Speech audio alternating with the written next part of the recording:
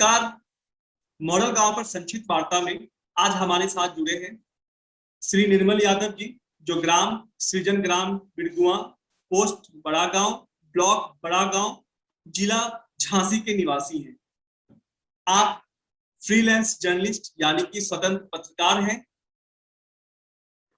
निर्मल यादव जी, आपका हमारे इस प्रोग्राम में स्वागत है।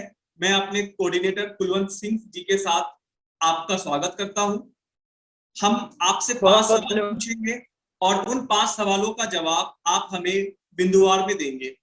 हमारा पहला सवाल है, मॉडल गांव की जानकारी आपको कैसे हुई? जानकारी का सवाल है, मैं पिछले 2 दशक से पत्रकार हूं, दिल्ली में काम कर रहा था। अभी हाल फिलहाल में पिछले 1 साल में जब से कोरोना आया तो मैं फ्रीलांस जर्नलिस्ट के तौर पर अपने गांव जो कि झांसी में है वहां काम कर रहा हूं फार्मिंग को लेकर, और एक एग्रीकल्चर का एक प्रोजेक्ट शुरू किया है मैंने। वो इंटीग्रेटेड फार्मिंग का प्रोजेक्ट है। और मैं दिल्ली में जब काम कर रहा था तो हीरा लाल जी जो है वो बांदा के डिस्ट्रिक्ट मजिस्ट्रेट होते थे। उस समय मैंने एक स्टोरी की थी, उन्होंने वहाँ ऑक्सीजन पार्क बनाया था और दिल्ली से वो स्टोरी जब हुई उसके बाद से मैं उन्हें जानता हूँ। और उसी समय मेरी उनसे जब बातचीत हुई तो पता चला कि वो मॉडल गांव को लेकर एक बहुत अच्छा कंसेप्ट उन्होंने तैयार किया है, उस पर वो काम कर रहे थे।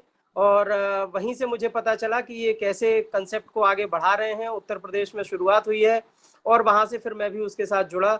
जुड़ने के बाद वहाँ उन्होंने मुझे पूरा लिटरेचर दिया, उसकी हमें सारी इन्फॉर्मेशन मिली और बात आगे तक बढ़ी, जिससे कि मैं वहाँ पर जुड़ पाया मॉडल गांव से। जी बेहद धन्यवाद। मॉडल गांव से आपने क्या क्या सीखा?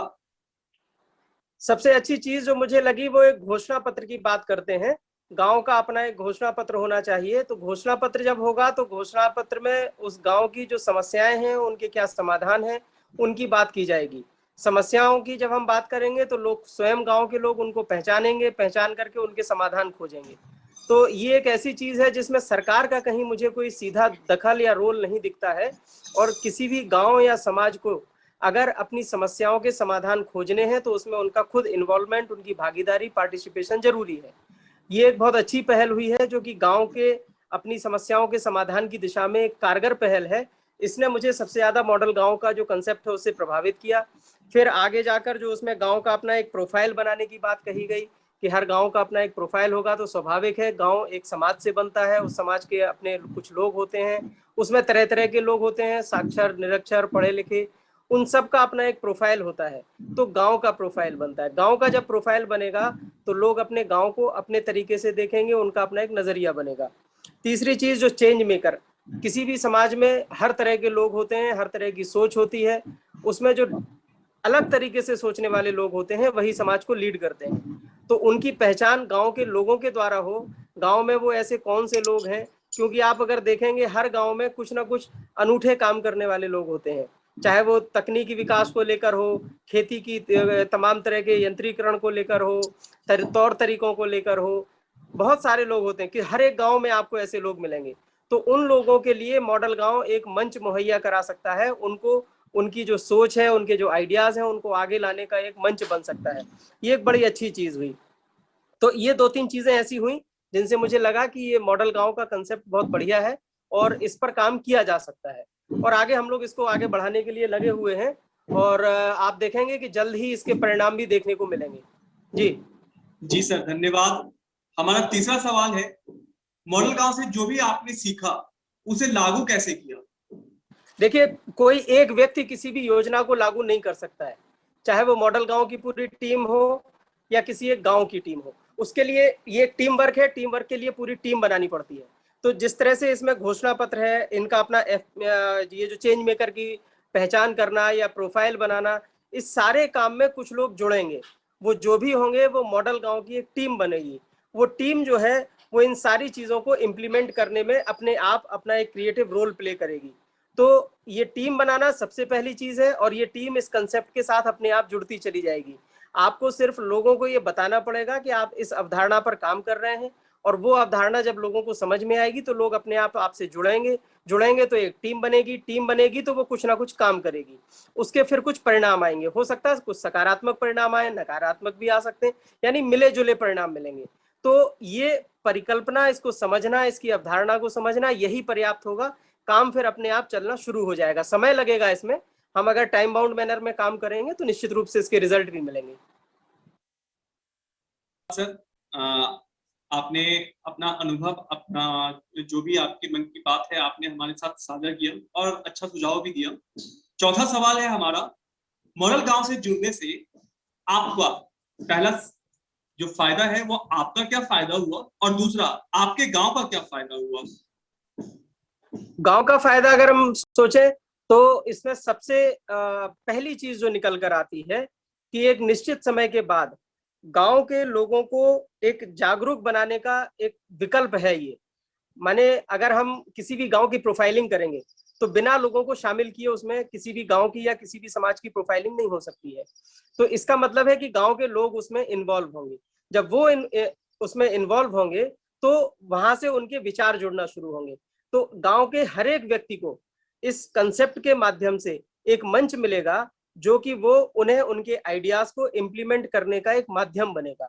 ये एक सबसे अच्छा इसका जिसको हम कहें कि ये एक इसका प्रभाव है, ये देखने को मिलेगा, भविष्य में आकर होगा। ये तात्कालिक प्रभाव की जब हम बात करते हैं, व्यक्तिगत तौर पर हमें क्या लाभ होगा, तो हर व्यक्ति की एक भूमिका सुनिश्चित की जा सकती है।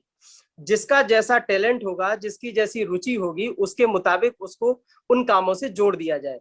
तो उससे व्यक्तिगत लाभ होता है, व्यक्ति विशेष का लाभ होता है। जब व्यक्तियों का लाभ अगर हम समेकित रूप में देखेंगे तो समाज का लाभ होता है, यानी गांव का लाभ होता है। तो व्यक्ति से समष्टि की ओर बढ़ने वाली एक कंसेप्ट है।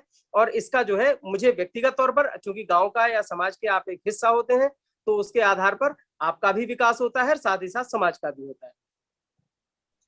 और अंत में भविष्य की योजनाओं को लेकर के हमारा आखिरी सवाल, मॉडल गांव के अनुरूप आप अपने गांव में आगे किन किन बिंदुओं पर कार्य करना चाहेंगे? सबसे पहले तो इसमें एक एफपीओ बनाना होगा। गांव के जो यूथ है, युवा है, उसको जोड़कर, है ना, जो इसमें शामिल होना चाहते हैं उनको मिलाकर एक एफपीओ बनाने का काम। एफपीओ के बाद फिर घोषणा पत्र, घोषणा पत्र के बाद फिर उन चेंज मेकर्स की पहचान बड़ी आसानी से की जा सकेगी। इसके बाद फिर गांव की प्रोफाइलिंग, इसके बाद गांव का अपना एक म्यूजियम बनाना, जिससे कि उसकी अपनी आर्ट एंड कल्चर जो हेरिटेज है, हर गांव की अपनी एक हेरिटेज होती है, विरासत होती है, उसको संजोने का काम भी गांव के लोगों के द्वारा गांव में ही किया जाए। इस तरह का रोड मैप बनाकर अगर हम आगे बढ़ते हैं तो एक टाइम बाउंड मैनर में हम एक लक्ष्य को, एक जो उसकी लक्ष्य है उसको अचीव किया जा सकता है। दूसरा मेरे दिमाग में एक और है जो कि शायद अभी मॉडल गांव में का जो पूरा कंसेप्ट है उसमें नहीं है। हमारे यहाँ ऑडिट का एक सिस्टम है जो नहीं पाया, किसी भी व्यवस्था में नहीं होता है। भारत में आप किसी भी स्तर पर देखें, ऑडिट की जो पूरी प्रक्रिया है बड़ी शिथिल है। तो इसको थोड़ा सा अगर हम गांव के लेवल पर मजबूत करेंगे, यानी हर चीज की एक ऑडिटिंग हो। अभी गांव में जो मौजूदा क्या संसाधन है, क्या रिसोर्सेज हैं, उनका एक ऑडिट होना चाहिए। और ये बड़ा आसान होता है, इसमें कोई बहुत बहुत रॉकेट साइंस नहीं है ये। अगर हम ऑडिटिंग के कल्चर को उसके अपनी व्यवस्था में शामिल करेंगे, और मॉडल गांव इसके लिए एक बहुत अच्छा टूल साबित हो सकता है। तो ऑडिट के द्वारा क्या होगा कि आपका डॉक्यूमेंटेशन और डेटा अपने आप तैयार होता जाएगा, और एक निश्चित समय के बाद वो जो है हर समस्या के समाधान में बहुत हेल्पफुल साबित होगा। तो ऑडिट का एक सिस्टम हमें इसी के थ्रू, चाहे वो घोषणा पत्र बनाने का काम हो, चाहे वो गांव की प्रोफाइलिंग करने का काम हो, ऑडिट से हमारी हर चीजें बड़ी आसान हो जाएंगी। तो ऑडिटिंग का एक हमें मैकेनिज्म तैयार करना पड़ेगा, हर गांव के लिए वो अलग अलग होगा। उसके लिए एक टीम होगी। तो हम लोग इस दिशा में काम कर रहे हैं और जल्द ही इसके कुछ अच्छे परिणाम भी मिलेंगे। जी निर्मल यादव जी, सर आप हमारे साथ जुड़े, आपने हमारे सवालों का जवाब दिया, आपने अपना अनुभव भी हमारे साथ साझा किया, और अंत में जो आपने हमें सुझाव दिया है, हम इस सुझाव को जो हमारे सोशल मीडिया की टीम है, मॉडल गांव की टीम है, जो हमारे एक्सपर्ट हैं, हमारे मेंटोर हैं, हम उनके पास आपकी इस सुझाव को लेके जाएंगे, और उनके माध्यम से जो भी जवाब हमें मिलेगा हम आप तक वो जवाब पहुंचाते आए हैं और पहुंचाते रहेंगे। आपने अपना कीमती समय दिया, आप हमारे साथ जुड़े, मैं मॉडल गांव की तरफ से आपका शुक्रिया अदा करता हूं। धन्यवाद सर। बहुत